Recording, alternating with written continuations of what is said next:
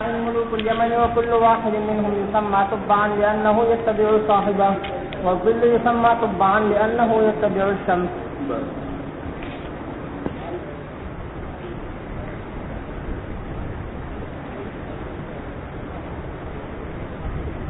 سورہ حامیم و دخان شروع کی تو اس میں لفظ آیا وَاتْرُكِ الْبَحْرَ رَهْوًا اور سمندر کو چھوڑ دیجئے تھما ہوا. تو تھما ہوا یعنی ساکن کہ وہ حرکت نہ کرے. اس کی تفسیر میں امام بخاری رحمہ اللہ نے فرما دیا طریقاً یابساً وَلَقَدِ اخْتَرْنَاهُمْ عَلَىٰ عِلْمٍ عَلَى الْعَالَمِينَ اور ہم نے اپنے علم کی بنا پر ان کو تمام جہان والوں پر فضیلت دی.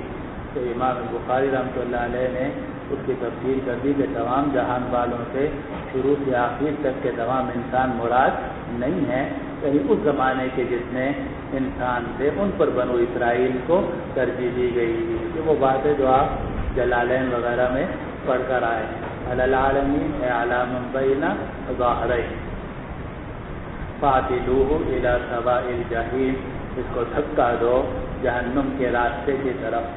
وزوجناہم بحور عین اور ہم نے ان جنتیوں کی شادی کرا دی ایسی حور کے ساتھ جو بڑی بڑی آنکھوں والی ہیں. تو حور کہا جاتا ہے اس لیے کہ یہاں روتی اکبر اتنی خوبصورت کہ نگاہ دیکھ کر حیران ہو. اور حضرت مولانا انور شاہ کشمیری رحمۃ اللہ علیہ نے اس میں بڑی عجیب بات فرمایا کہ اللہ سبحانہ و تعالی نے فرمایا زوجناہم ہم نے ان کی شادی کرائی. معلوم ہے کہ استمتاع بالمرأة جو ہے اس کے لیے اصل طریقہ نکاح کا ہے. اس لیے آخرت کے اندر جو حوریں ملیں گی وہ بھی نکاح کے ساتھ ملیں گی، مریضہ بغیر نکاح کے نہیں ہوں گی. البتہ نکاح اللہ سبحانہ و تعالیٰ کرائیں گے. وزوجناہم بحور عین انکحناہم حورا عینا ہم نے ان کا نکاح کرایا حور عین کے ساتھ. حور یعنی ویسے حورا کہتے ہیں گوری عورت کو، جیسے کہ آپ نے پڑھا ہوگا. اور حورا کا مطلب وہ عورت بھی کہلاتی ہے کہ یہاں روبی اکبر کہ نگاہ اس کو دیکھ کر حیران ہو.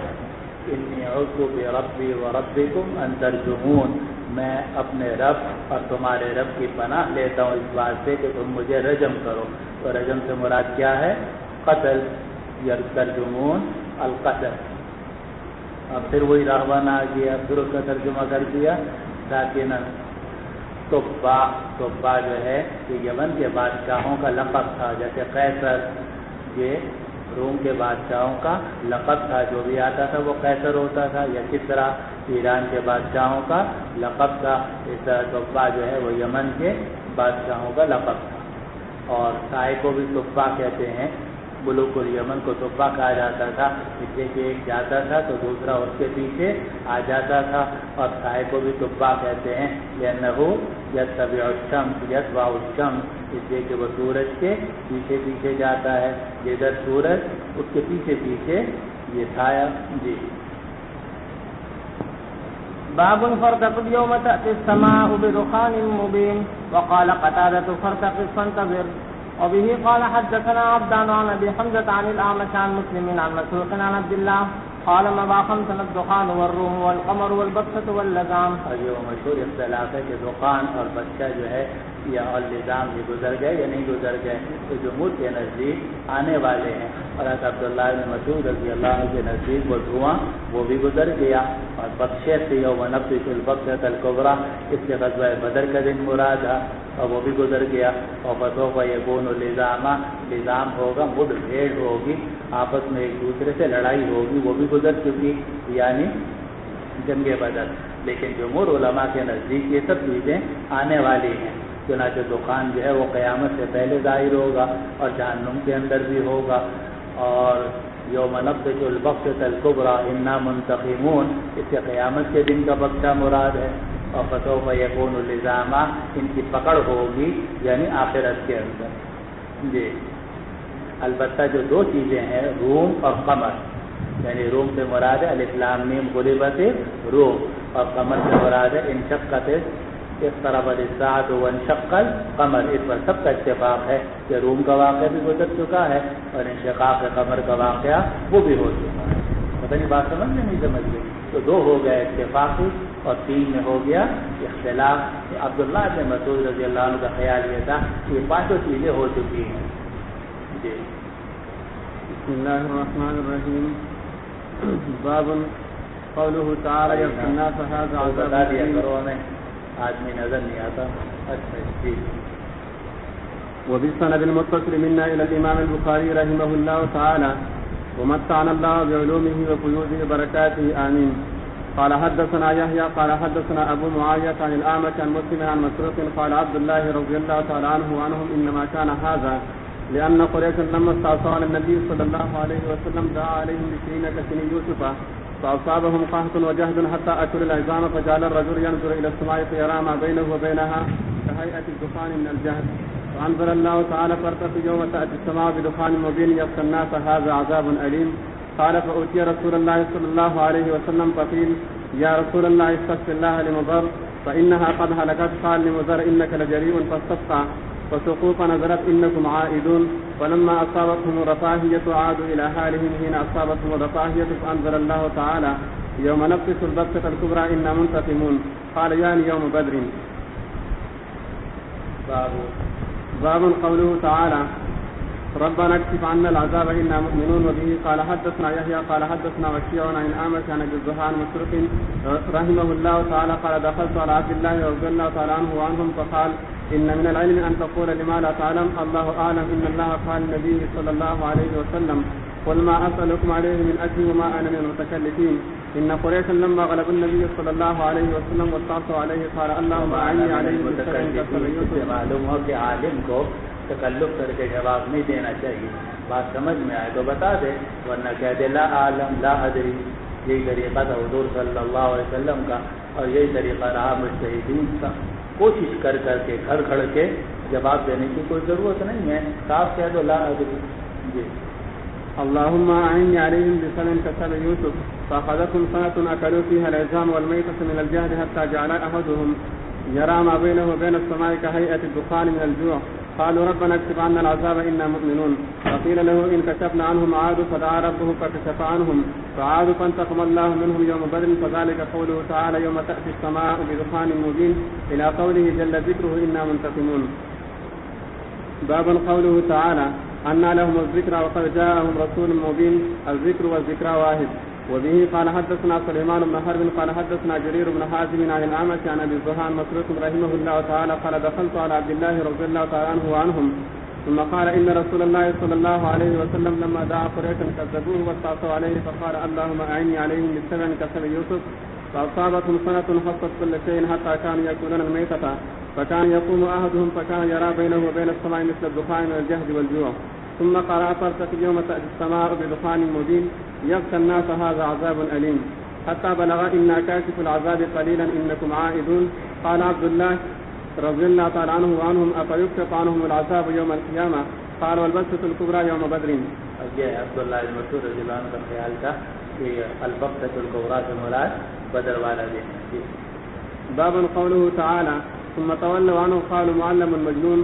وبه قال حدثنا بشر بن خالد قال أخبرنا محمد عن شعبة عن سليمان ومنصور عن أبي الضحى عن مسروق رحمه الله تعالى قال عبد الله رضي الله تعالى عنه وعنهم إن الله بعث محمدا صلى الله عليه وسلم وقال قل ما أسألكم عليه من أجر وما أنا من المتكلفين. قل ما أسألكم عليه من أجر. اس سے معلوم ہوا کہ عالم کو چاہیے کہ جن کو تبلیغ کر رہا ہے یا جن کو دین پہنچا رہا ہے ان سے کسی اجر کا سوال نہ کرے، نہ زبان سے اور نہ دل سے نہ خیال سے. اس کو یہ طے کرنا چاہیے کہ مجھے ان سے کچھ نہیں لینا، حق بات ان تک پہنچانی ہے تو وہ حق بات کر سکتا ہے. اور اگر یہ خیال ہوگا شاید یہ مجھے کچھ دے دے، شاید وہ دے دے، شاید وہ دے دے، شاید وہ مجھے بلا لے، شاید وہ ٹکٹ دے دے اور شاید یہ کر دے، تو مولوی پھر آدمی حق بات نہیں کر سکتا. اس لیے ہر نبی کو کہا جاتا ہے کہ آپ یہ کہہ دو کہ لا اسألکم علیہ من اجر ان اجری الا علی رب العالمین. اور آج کل یہ ہوتا ہے کہ تبلیغ کرتے ہیں یا دعوت اللہ کا کام کرتے ہیں تو پیسہ مانگتے ہیں. نتیجہ یہ ہوتا ہے تو پیسہ مانگنے سے جو کچھ آپ نے دعوت اللہ کا کام کیا تھا وہ ختم ہو جاتا ہے. اور تبلیغ میں یہی برکت ہے، تبلیغ والے پیسے نہیں مانگتے، چندہ نہیں مانگتے، اس لیے جو سننے والے ہیں وہ سمجھتے ہیں کہ ان کا مقصد کوئی پیسہ لینا یا چندہ لینا نہیں ہے، لیکن مولانا 1 گھنٹے کی تقریر کے بعد جب چندہ مانگتے ہیں لوگ سمجھ جاتے ہیں کہ ساری تقریر جو تھی وہ چندے کے لیے تھی۔ لوگوں کا ذہن بڑا تیز ہوتا ہے، اس طرح آپ تیز ہو نا، اس طرح آپ کے جو سامعین ہیں وہ بھی بہت تیز ہیں۔ آپ سمجھتے ہو ہم تو تیز ہیں مگر ہمارے جو سامعین ہیں وہ بے وقوف ہیں، ایسا نہیں ہوتا۔ اگر آپ تیز ہو تو آپ کے جو سامعین ہیں وہ آپ سے زیادہ تیز ہیں۔ فإن رسول اللہ صلی اللہ علیہ وسلم لما رأى قريشا کم از کم چندہ اس وقت میں نہیں مانگنا چاہیے جس وقت میں آپ نے ان کو دین کی بات پہنچائی۔ دونوں چیزیں ایک دوسرے کے متعارض ہیں۔ ما اسألکم علیہ من اجر، یہ کہنا چاہیے کہ ہم تمہیں دین پہنچا رہے ہیں، اس پر کوئی اجر تم سے نہیں لے گا۔ فقال اجر نہ لینا، نہ زبان سے بھی یہی ہو کہ اجر نہیں لیں گے، دل میں بھی یہ رکھے کہ ان سے اجر نہیں لینا، جذبات بھی یہ رکھے کہ نہیں لینا۔ فقال اللهم أعني عليهم السنة كسب يوسف فأخذتهم السنة حتى حصت كل شيء حتى أكل العظام والجلود. فقال أحدهم حتى أكل الجلود والميتة وجعل يخرج من الأرض كهيئة الدخان فأتاه أبو سفيان فقال أي محمد إن قومك قد هلكوا فادعوا الله أن يكشف عنهم فدعا ثم قال يعود بعد هذا في حديث منصور. ثم قرأ فاتقي يوم تأتي السماء بدخان مبين إلى عائدون أن يكشف عن عذاب الآخرة فقد مضى الدخان والبسة واللزام. وقال أحدهم القمر وقال الآخر الروم. یہ وہ بات ہے جو عبداللہ بن مسعود فرماتے تھے کہ دخان بھی گزر گیا، بچہ بھی گزر گیا، لزام بھی گزر گیا، اور قمر اور روم کے جو واقعے ہیں وہ بھی گزر گئے۔ تو آخری دو میں جو سب کا اتفاق۔ جی باب قوله تعالى إنا كاشف العذاب قليلا إنكم عائدون إلى قوله منتقمون. وبه قال حدثنا يحيى قال حدثنا وكيع عن الأعمش عن مسلم عن مسروق عن عبد الله رضي الله تعالى عنه وعنهم قال 5 قد مضين اللزام والروم والبسط والقمر والدخان. الجاسية جاسية المستوفزين على الركب. وقال كل أمة جاسية، تم دیکھو کہ ہر امت گھٹنوں کے بل بیٹھی ہوئی ہوگی، دہشت اور خوف کی وجہ سے کھڑے نہیں رہ سکیں گے تو گھٹنوں کے بل بیٹھ جائیں گے۔ اس کو اللہ سبحانہ و تعالی نے میدان محشر کا نقشہ کھینچتے ہوئے فرمایا کہ وَتَرَى كُلَّ أُمَّةٍ جَاثِيَةً كُلُّ أُمَّةٍ تُدْعَىٰ إِلَىٰ كِتَابِهَا، ہر امت کو بلایا جائے گا ان کے اعمال ناموں کی طرف۔ الْيَوْمَ تُجْزَوْنَ بِمَا كُنتُمْ تَعْمَلُونَ۔ هذا كتابنا ينطق عليكم بالحق إنا كنا نستنسخ۔ تو استنسخ یستنسخ استنساخ کے معنی لکھنے کے، جو کچھ تم کر رہے تھے ہم سب اس کو لکھ رہے تھے، نہ صرف لکھ رہے تھے بلکہ ریکارڈ ہو رہا تھا، تصویریں بن رہی ہیں جی، اور باتیں محفوظ کی جا رہی تھی۔ ما ينطق من قول الا لديه رقیب، جو بھی آدمی بات کہتا ہے ریکارڈ ہو جاتی ہے، کہ اس کے سامنے ایک رقیب ہوتا ہے، نگران حفیظ جو تیار بیٹھا رہتا ہے، جہاں اس نے کوئی بات کی اس نے اس کو ٹیپ کر دی، آخرت میں سنا دی جائے گی جی۔ وقال مجاهد نستنفق نكتب وننساكم نترككم. باب وما يهلكنا الا الدهر. الآية اليوم ننساكم كما نسيتم لقاء يومكم هذا، آج ہم تمہیں بھول جائیں گے جیسے تم قیامت کو بھول گئے تھے، تو ننساکم بھول جائیں گے، تو اللہ تعالیٰ بھول جائیں گے۔ تو نسبت نسیان کی اللہ سبحانہ و تعالی کی طرف ہو رہی ہے، تو یہاں بھی وہی معنی حقیقی مراد نہیں بلکہ معنی مجازی مراد ہے۔ ہر جگہ کوئی معنی حقیقی تھوڑی مراد ہوتا ہے، تو فرمایا کہ مراد کیا ہے، نترککم، کہ جس طرح آدمی جب بھول جاتا ہے تو چیز وہیں چھوڑ دیتا ہے، اس طرح ہم تمہیں جہنم میں چھوڑ دیں گے اور تمہاری آوزاری کی طرف کوئی توجہ نہیں ہوگی جی۔ وبه قال حدثنا الحميدي قال حدثنا سفيان قال حدثنا الزهري عن سعيد بن المسيب عن ابي هريره رضي الله تعالى عنه وعنهم قال قال النبي صلى الله عليه وسلم قال الله يؤذيني ابن ادم يسب الدهر وانا الدهر بيدي الامر وقلب الليل والنهار. مشہور حدیث ہے، گزر گئی ہوگی، البتہ اتنی بات ذہن میں رکھو کہ وَأَنَا الدَّهْرُ یہاں عبارت معذوف ہے یا مضاف معذوف ہے، اصل میں عبارت ہے وَأَنَا خَالِقُ الدَّهْرِ، زمانے کو برا والا مت کہو کیونکہ میں زمانے کا پیدا کرنے والا ہوں۔ کیونکہ اگر آپ یہ خالق کو معذوف نہیں مانو گے تو لازم آئے گا کہ دہر کا حمل ہوگا کس پر، انا پر ہے جی، تو خبر کا حمل ہوگا مبتدا پر، تو معنی یہ ہوگا کہ میں زمانہ ہوں، تو دو خرابیاں لازم آئیں گی۔ وہ دو خرابیاں کیا ہیں؟ ایک تو یہ کہ دہر اسماء حسنہ میں سے ہے ہی، دہر جو ہے وہ اسماء حسنہ میں سے نہیں ہے، ایک بات. اور دوسری سب سے بڑی خرابی یہ ہے کہ دہر جو ہے وہ مخلوق ہے، اور مخلوق کے اوپر خالق کا اطلاق ہو نہیں سکتا، مخلوق کا حمل خالق کے اوپر ہو نہیں سکتا. اس لیے یہ نہیں کہہ سکتے کہ اللہ زمانہ ہے. ہاں یہ کہہ سکتے ہیں کہ اللہ تعالیٰ زمانے کو پیدا کرنے والا ہے. تو یہ رات اور دن یہ زمانے کا نام ہے. اب لوگ کہتے ہیں یار زمانہ بڑا خراب ہے، یار اس وقت نے ہمارے ساتھ بڑا برا کیا، اس زمانے نے بڑا برا کیا. تو اس زمانے نے کیا برا کیا؟ زمانہ تو نام ہے رات اور دن کا. تو زمانہ جو ہے وہ تو خود مخلوق ہے، اور اس میں تو کرنے کی کوئی صلاحیت نہیں ہے. کرنے والے اللہ سبحانہ و تعالی ہیں جو تمہارے اعمال کے اوپر نتائج کو مرتب فرما دیتے ہیں. تو وَأَنَا دہر کا ترجمہ یہ نہیں کر سکتے کہ میں زمانہ ہوں. اکثر لوگ بھی ترجمہ کرتے ہیں، اور شاید آپ نیچے سے ہی ترجمہ کرتے چلے آئے ہو گے، لیکن یہ ترجمہ اس لیے صحیح نہیں ہے کہ اگر یہ کیا جائے تو مطلب میں زمانہ ہوں، تو ایک تو خرابی یہ ہوگی کہ پھر اللہ کو زمانہ کہنے کی اجازت ہونی چاہیے، حالانکہ اسماء حسنہ میں سے نہیں ہے.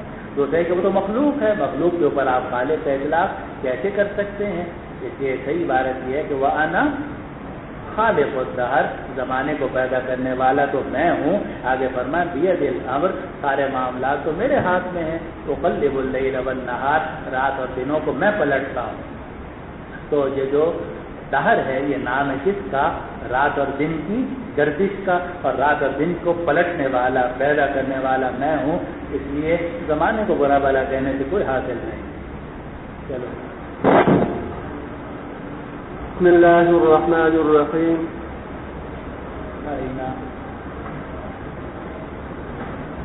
سورة الأحقاف.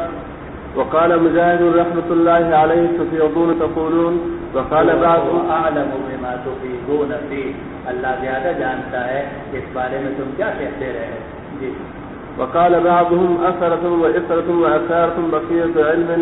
وقال ابن عباس رضي الله عنه بكتاب من قبل هذا او اثارة من علم، بچا ہوا علم. تو اثارہ سے مراد ہے کتب متقدمہ کا علم صحیح. وقال ابن عباس رضي الله تعالى عنهما بدعا من الرسل ما كنت بدعا من الرسل، میں کوئی بدعتی پیغمبر نہیں ہوں، یعنی نیا پیغمبر نہیں ہوں. تو بدعا من الرسل کا مطلب یہ ہے کہ میں کوئی نیا پیغمبر نہیں ہوں، مجھ سے پہلے انبیاء کرام علیہ السلام کا سلسلہ چلا آ رہا ہے. جی. لست بأول الرسل. وقال غيره أرأيتم هذه الألف إنما هي تواعد إن صح ما تدعون لا يستحق أن يعبد.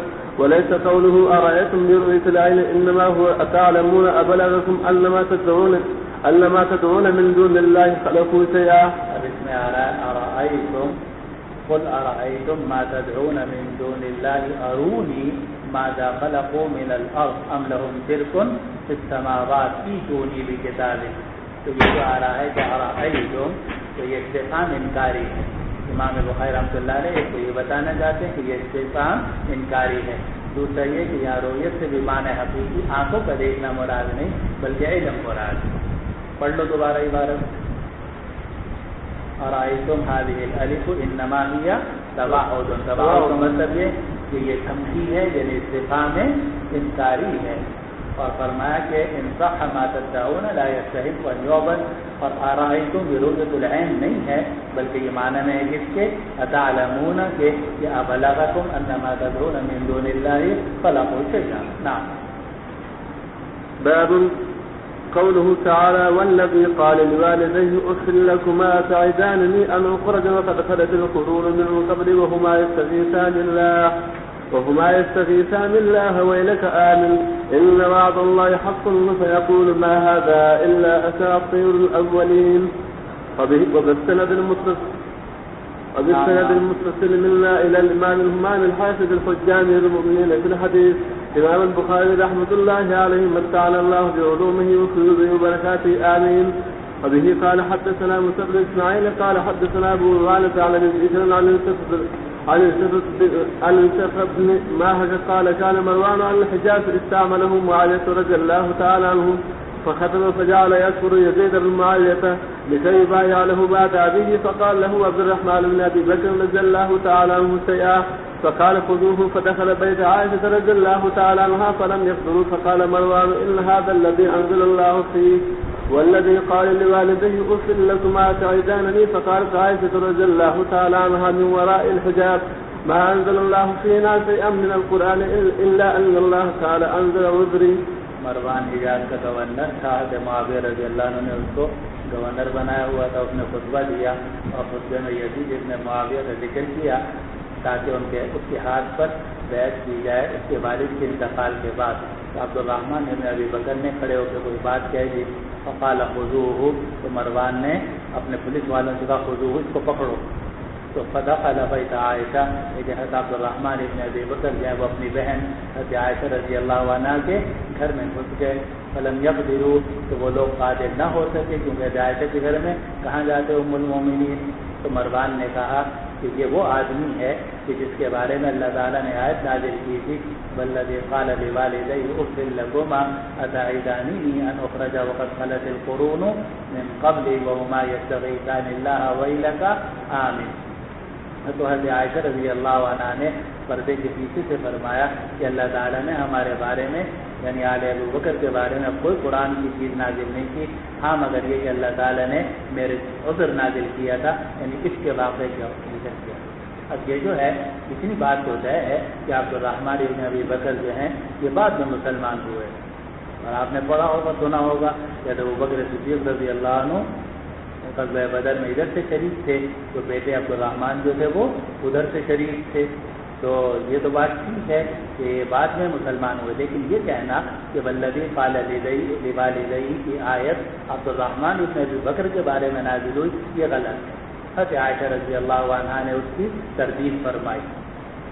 اور غلط ہونے کی ایک ظاہری وجہ یہ بھی ہے کہ والذی قال لوالدیہ کے آخر میں ہے اعوذ باللہ من الشیطان الرجیم والذی قال لوالدیہ اف لکما اتعداننی ان اخرج وقد خلت القرون من قبلی وهما یستغیثان اللہ ویلک آمن ان وعد اللہ حق فیقول ما هذا الا اساطیر الاولین اولئک الذین حق علیہم القول فی قد خلت من قبلهم من الجن والانس انہم کانوا خاسرین.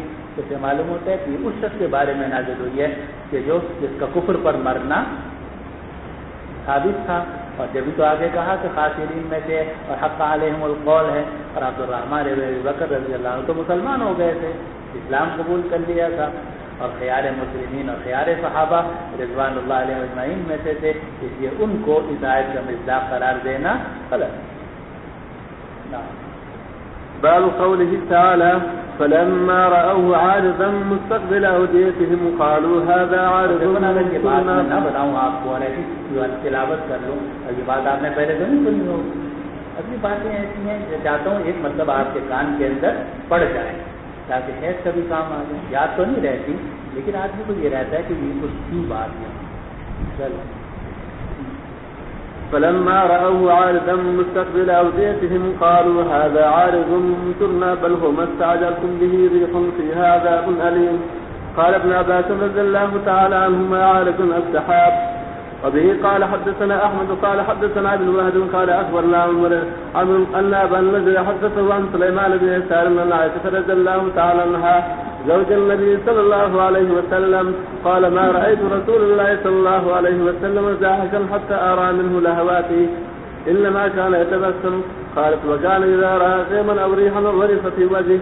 قالت يا رسول الله الناس إذا رأوا الغيم فرحوا رجاء أن يكون فيه المطر وأراك إذا رأيته ورف في وجهك كراهية.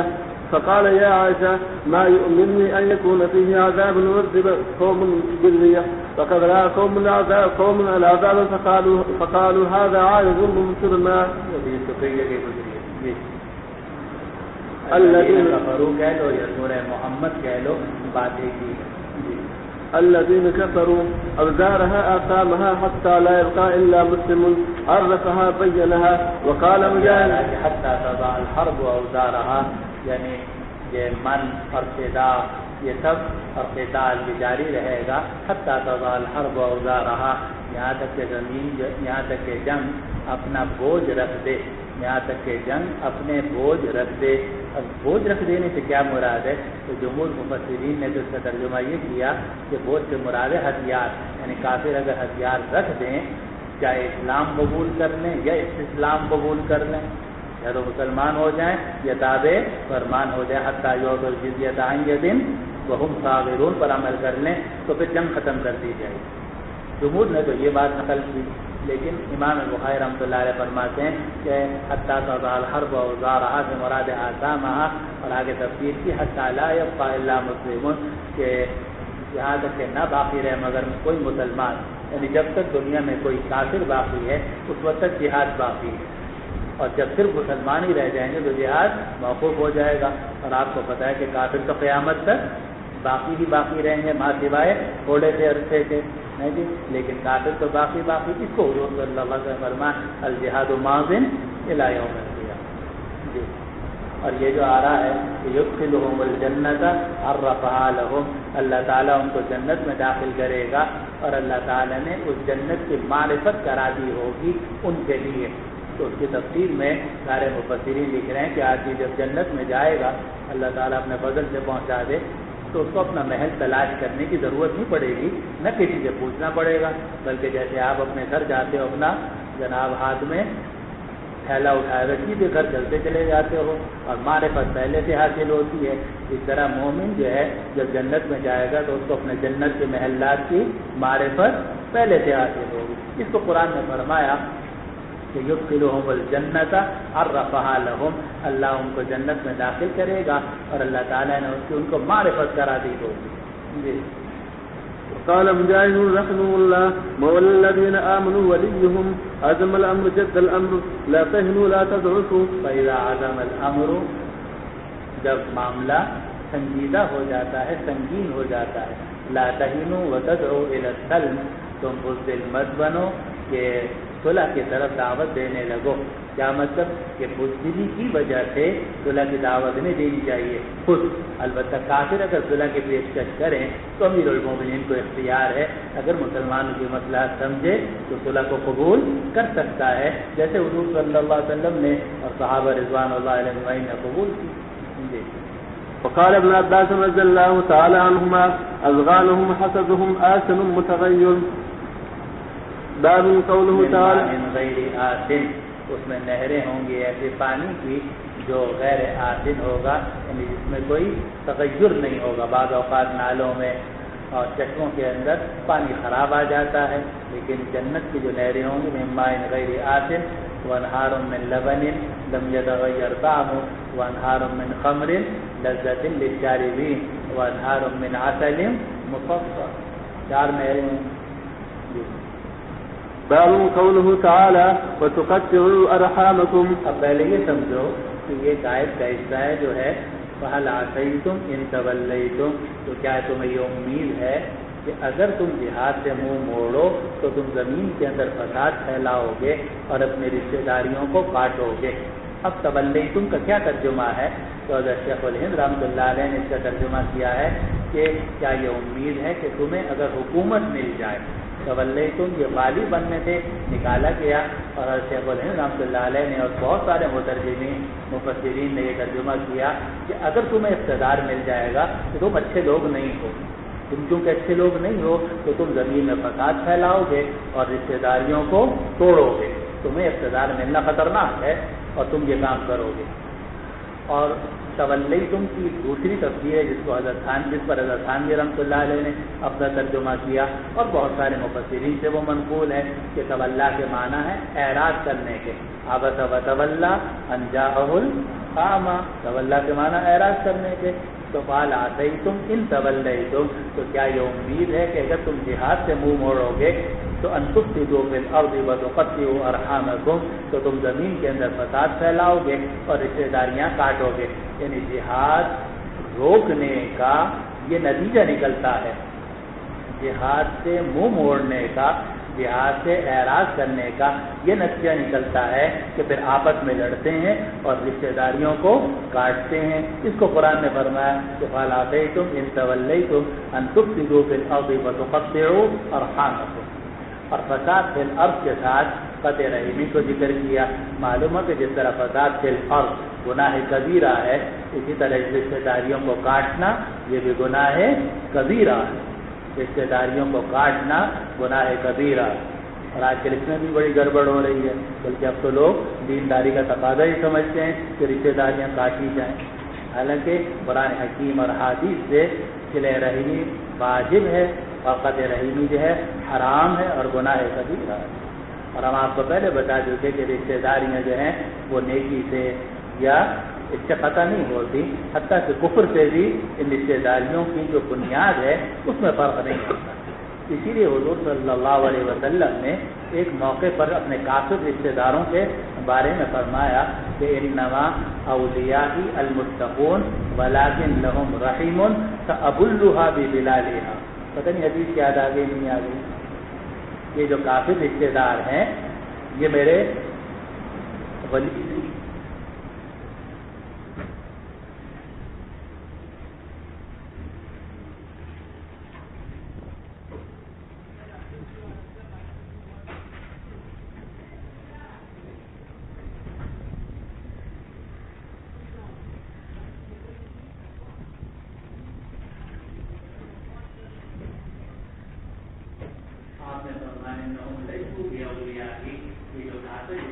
ہیں یہ میرے محبوب نہیں ہیں، وَإِنَّمَا أَوْلِيَائِي الْمُتَّقُونَ أَوْ كَمَا قَالَ صلی اللہ علیہ وسلم، اور میرے جو اولیاء ہیں وہ تو متقی لوگ ہیں، وَلَكِنْ لَهُمْ رَحِمٌ فَأَبُلُّهَا بِبِلَالِهَا، لیکن ان کی رشتہ داری ہے اور رشتہ داری کی تری کے ساتھ میں ان کو ترک کرتا رہوں گا، رشتہ داری کا چھینکا ان کے اوپر مارتا رہوں گا، رشتہ داری کی تری کے ساتھ ان کو ترک کرتا رہوں گا۔ معلوم ہو کہ کافر بھی اگر رشتہ دار ہے تو وہ دوست تو نہیں ہو سکتا، اس کے ساتھ محبت کے تعلقات تو قائم نہیں کیے جا سکتے، لیکن رشتہ پھر بھی ختم نہیں ہوتا اور جو رشتہ داری کے حقوق ہیں وہ ادا کیے جائیں۔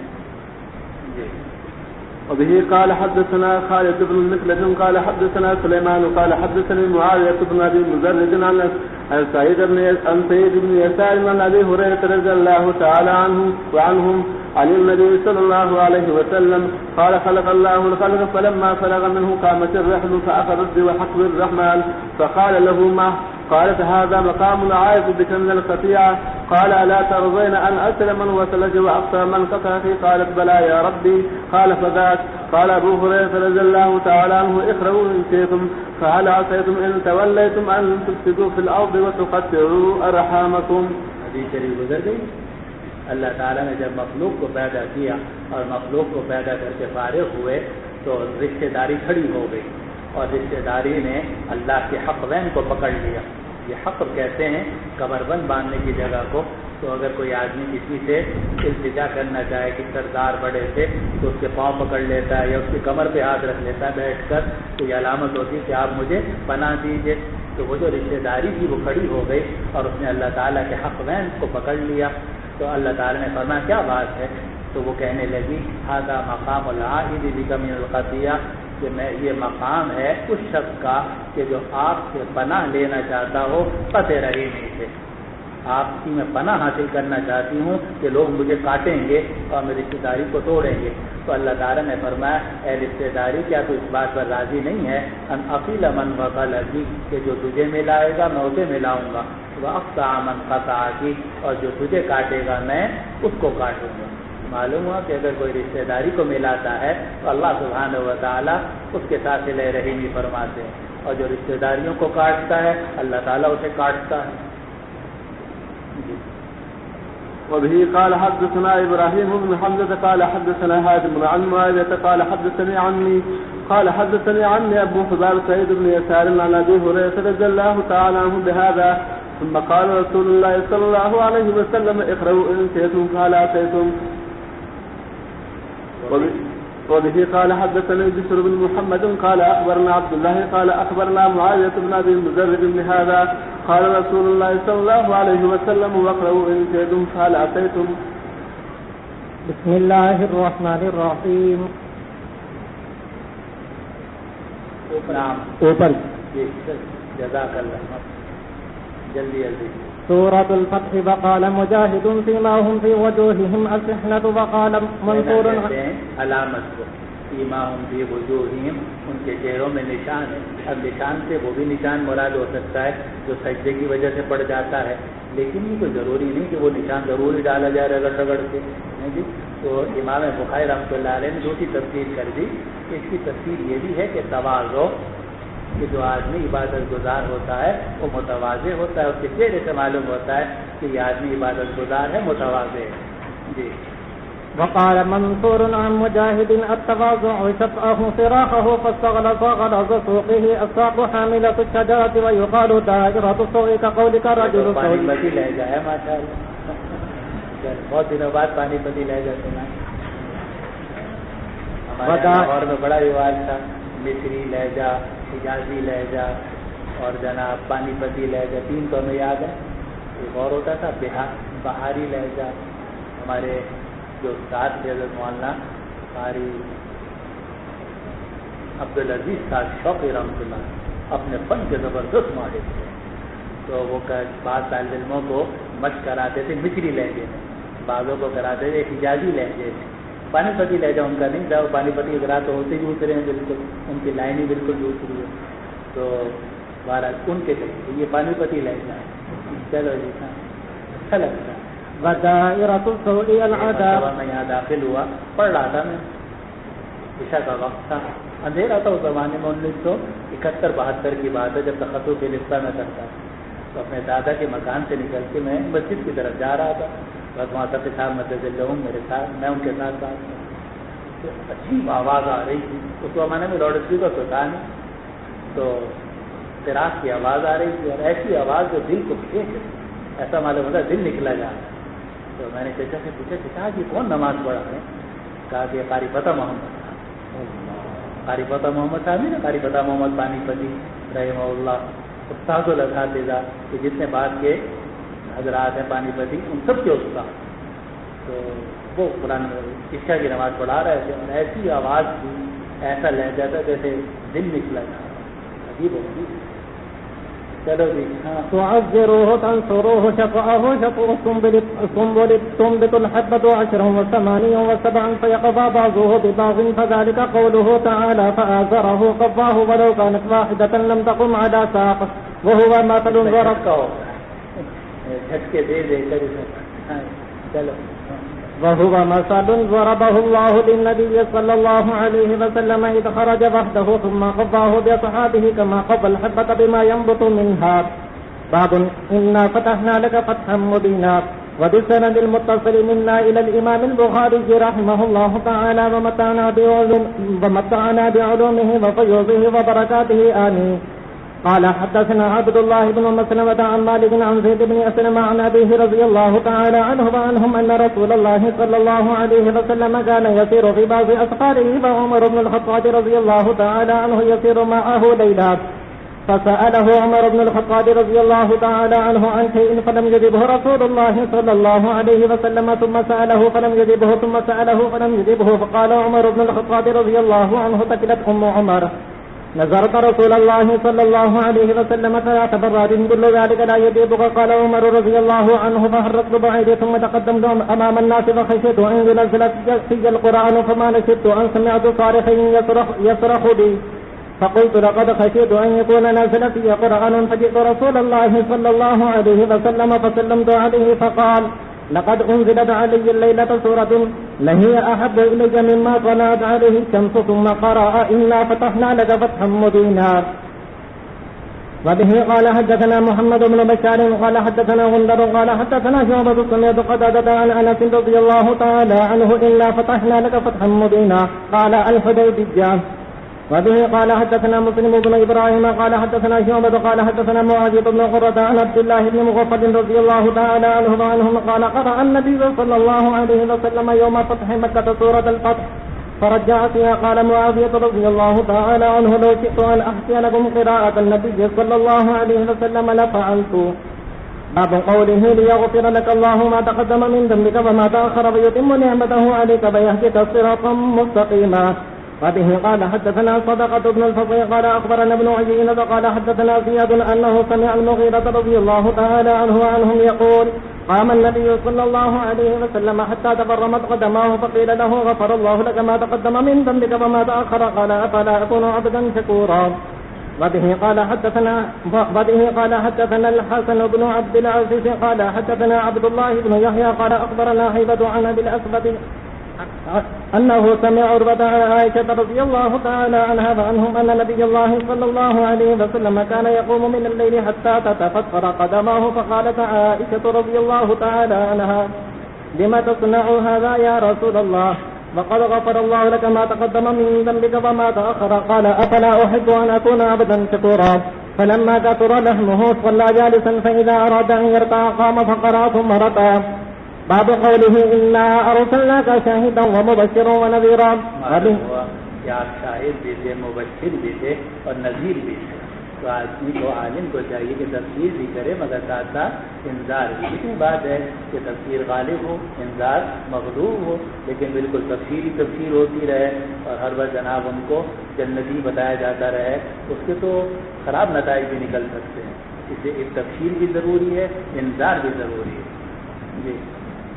وبه قال حدثنا عبد الله قال حدثنا عبد العزيز بن أبي سلمة عن هلال بن أبي هلال عن عطاء بن يسار عن عبد الله بن عبد بن العاص رضي الله تعالى عنه وعنهم أن هذه الآية التي في القرآن يا أيها النبي إنا أرسلناك شاهدا ومبشرا ونذيرا قال في التوراة يا أيها النبي إنا أرسلناك شاهدا ومبشرا وحرزا للأميين أن تعبدوا ورسولي سميتك المتوكل ليس بفضل ولا غليظ ولا صخاب بالأسواق ولا تدفع السجد بالسجد ولكن تعفو وتصفحوا ولن نقبضه حتى نقيم به الملة العوجاب بأن يقولوا لا إله إلا الله فيفتح بها أعينا عميا وآذانا ثم وقلوبا غلفا. بس 40 منٹ ہو گیا. حضرت نے منع فرمایا تھا کہ 40 سے زیادہ مت پڑھو. باب قوله